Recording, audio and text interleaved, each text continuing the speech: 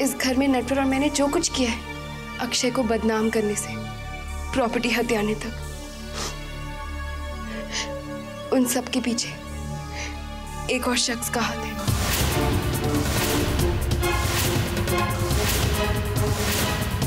इस सारे प्लान का मास्टरमाइंड भी वही है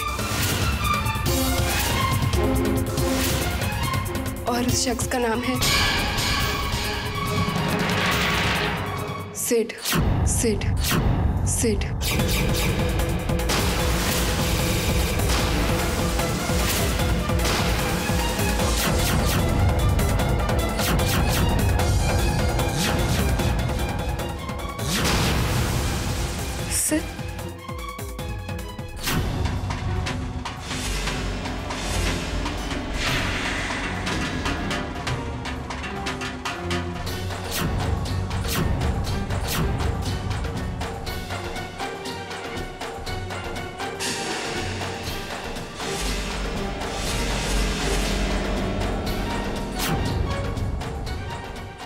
ममता, आप लोग मुझे इस तरह घूर क्यों रहे?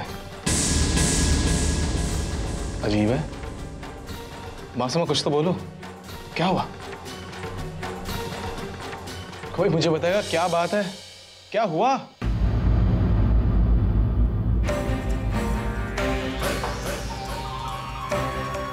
जवान बेटे को खोने का दर्द क्या होता है, ये मेरे दिल से पूछो तो।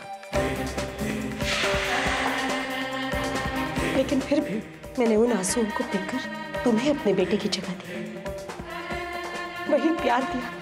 लेकिन तुमने क्या किया मेरे साथ? एक माँ के सीने में खंजर भोंक दिया तुमने। ये आप कैसी बातें कर रहे हैं माँ जी? क्या हुआ? मैंने क्या किया?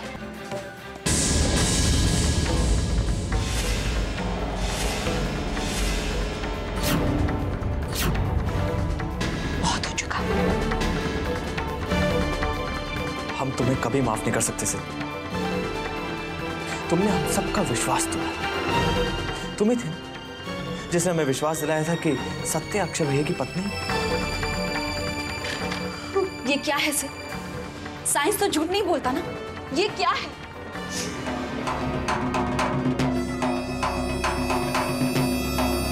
ये मैं नहीं जानता। ये मैं नहीं जानता। ये सच नहीं है। सत्या,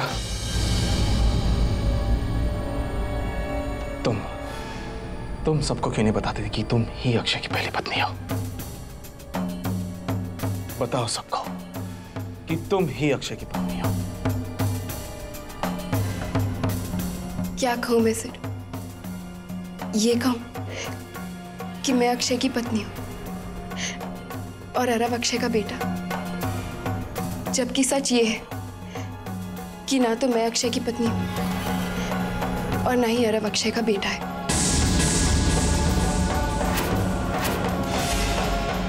या फिर ये कहूं कि मैं यहां सिर्फ एक लालच या एक मकसद से आई थी।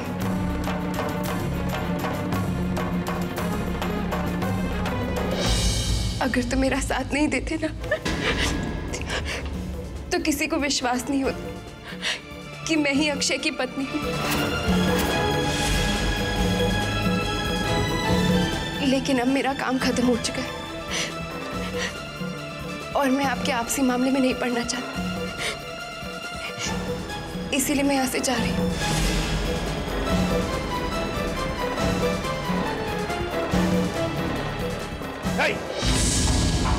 तुम नहीं जा सकती सत्या। तुम मुझे बदनाम करके नहीं जा सकती। हरगिज़ नहीं जा सकती। उसे जाने दो से। प्लीज। ये मेरे घर का मामला है and you are an outsider, so please stay out of it. हाँ, घर का मामला है। एक ऐसा घर जिसमें परिवार के लोग खुद एक दूसरे के लिए कब्र खोदते हैं। आज मुझे एहसास हो रहा है, मैंने तुम्हें अपना बेटा बनाकर अपनी जिंदगी की सबसे बड़ी भूल की है।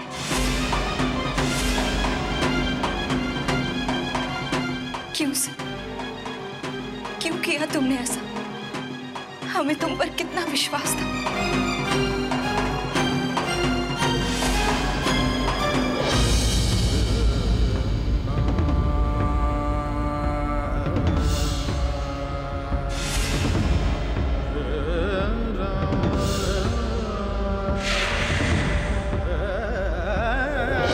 हरिओम, हरिओम। सचमुच ये कलयुग ही है, और आज के इस कलयुग में रावण भी अयोध्या में ही रहने लगे हैं।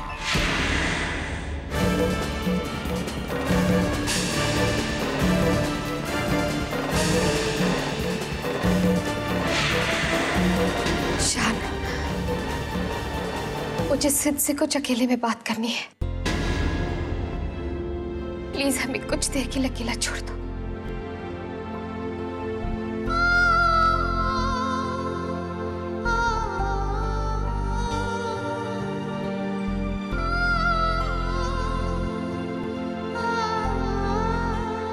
मैं तुमसे नफरत करती हूँ सिद्ध, नफरत।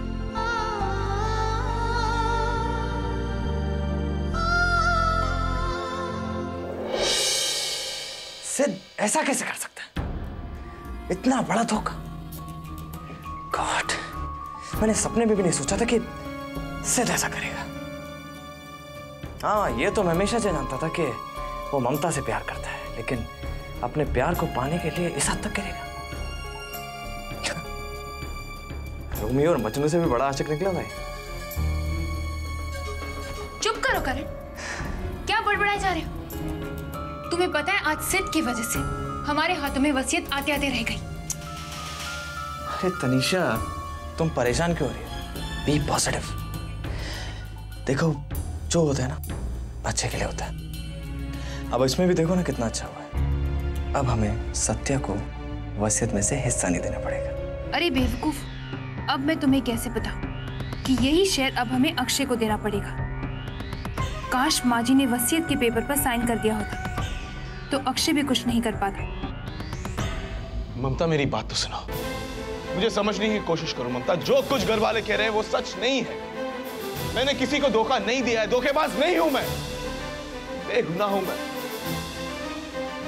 मैं तुम लोगों से यही बात करने आया था कि नकुल और सत्या कितने बड़े धोखेबाज हैं, कितने बड़े फ्रॉड हैं, और तुम लोगों ने उन लोगों की बात मान ली। ममता, मेरी बात तो सुनो। जिस दिन मैं मासूमा का अस्पताल में मिलने गया था, उस दिन मैंने अक्षय को सत्या के साथ देख लिया था, और मुझे पता भी लग गया था कि सत्या ही अक्षय की बीवी है। और जब मैंने अक्षय से बात करने की कोशिश की, वो बहुत डरा हुआ था ममता, और उसने ये भी कहा था कि वो घर पर आकर सबको सच्चाई बता देगा। अब तुम बताओ, अगर तुम मेरी जगह होती तो तुम क्या करती? ममता, मैं तुम्हारी सर की कसम खाता हूं, मैंने किसी को झूठ नहीं कहा है। मैं धोखेबाज नहीं हूं ममता, नहीं हूं मैं धोखेबाज। अपने एक झूठ को छुपाने के लिए तुम 100 झूठ बोल रहे हो। सिर्फ क्यों किया तुमने ऐसा? तुमने मेरा विश्वास तोड़ दिया सिर्फ। करने से पहले तुमने एक बार ये भी नहीं सोचा कि तुम अपने सबसे अच्छे दोस्त अक्षय के साथ ऐसा कर रहे हो। पर तुम क्यों सोचते? तुमने तो जानबूझकर सब कुछ किया ना। जानबूझकर तुमने हम सबके दिल में अक्षय के खिलाफ शक का बीज बोया। नहीं। हे भगवान, इतनी बड़ी साजिश क्यों किया तुमने सिर्फ? क्यों किया? पैसे के लिए या फिर प्यार के लिए? हाँ से तुमने मुझे पाने के लिए अपने अंदर के इंसान को मार दिया। तुम्हारा बस एक ही मकसद था, मुझे पाना। पर देखो से तुमने मुझे पाकर भी खो दिया। मुझ पर इतना बड़ा इल्जाम मत लगाओ ममता, इतना बड़ा इल्जाम मत लगाओ मुझ पर। सर प्लीज प्लीज इस वक्त चले जाओ, मेरा दिमाग काम नहीं कर रहा है। ममता, तुम मेरे साथ घर तो चलाओ, मैं तुम्हें सब कुछ समझा दूंगा। Sir please please go, just go.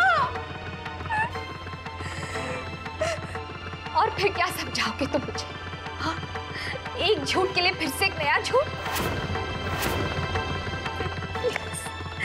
Please मुझे अकेला छोड़ दो।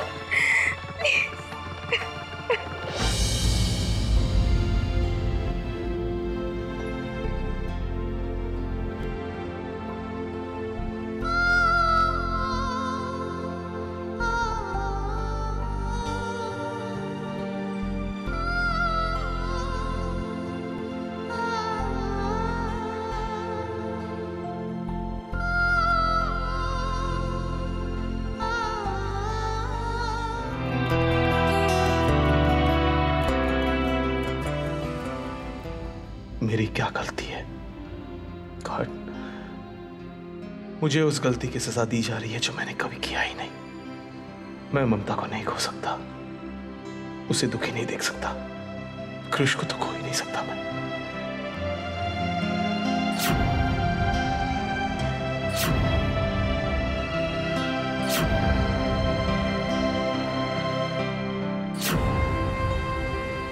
तुमने मुझे पाने के लिए अपने अंदर के इंसान को मार दिया।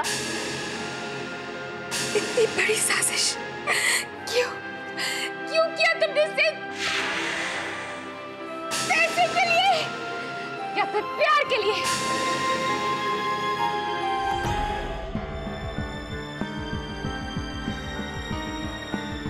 यहां से कहां लेकर जा रहे हो मुझे? कहीं दूसरी जगह? नहीं, अब तुम अपने घर जा रहे हो।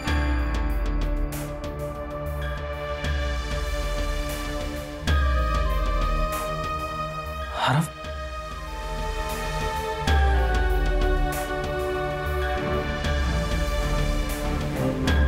मुझे दादी के घर जाना है और कृष के साथ खेलना है।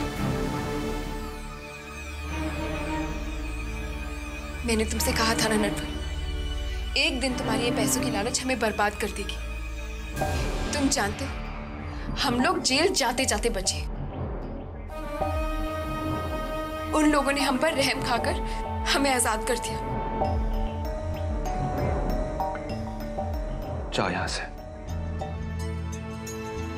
लेकिन एक बात याद रखना, इसके बाद अगर मेरे घर की तरफ नजर उठाकर भी देखा तो मुझसे बुरा कोई नहीं होगा। Please go.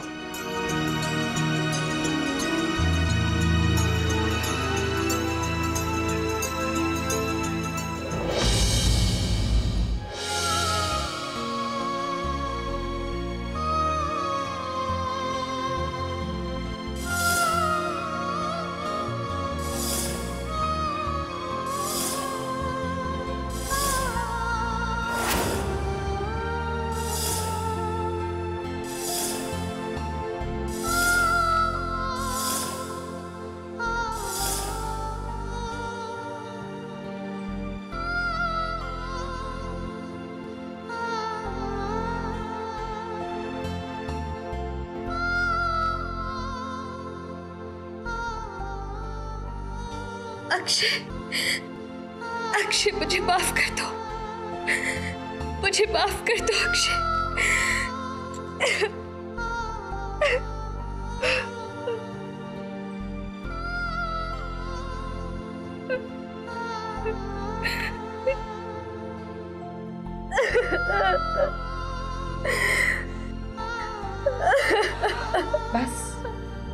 बस बेटा,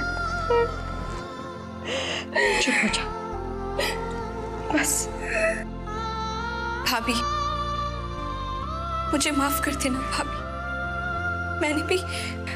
मैंने भी भैया पर शक करके आपको बहुत तकलीफ पहुंचाई। एक ममता ही थी जिसने अक्षय पर कभी शक नहीं किया। हमी ने इसका विश्वास तोड़ा था, वरना ममता तो सत्या को स्वीकार करने के लिए तैयार ही नहीं थी। माफ कर दे हमें बेटा, हमें माफ कर दे।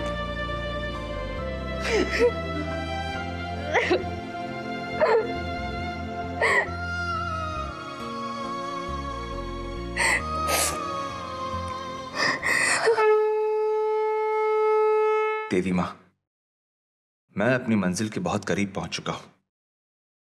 सत्या और नटवर से तो मैंने अपने परिवार को बचा लिया है। बस अब ममता के चेहरे से शराफत का मुखौटा उतारकर मैं अपने मकसद में कामयाब हो जाऊंगा। कितनी बेसब्री से इंतजार है मुझे उस दिन का, जब मैं अपने घर वापस लौट जाऊंगा। मुझे अपनी मंजिल तक पहुंचने की शक्ति दो मां, शक्ति दो।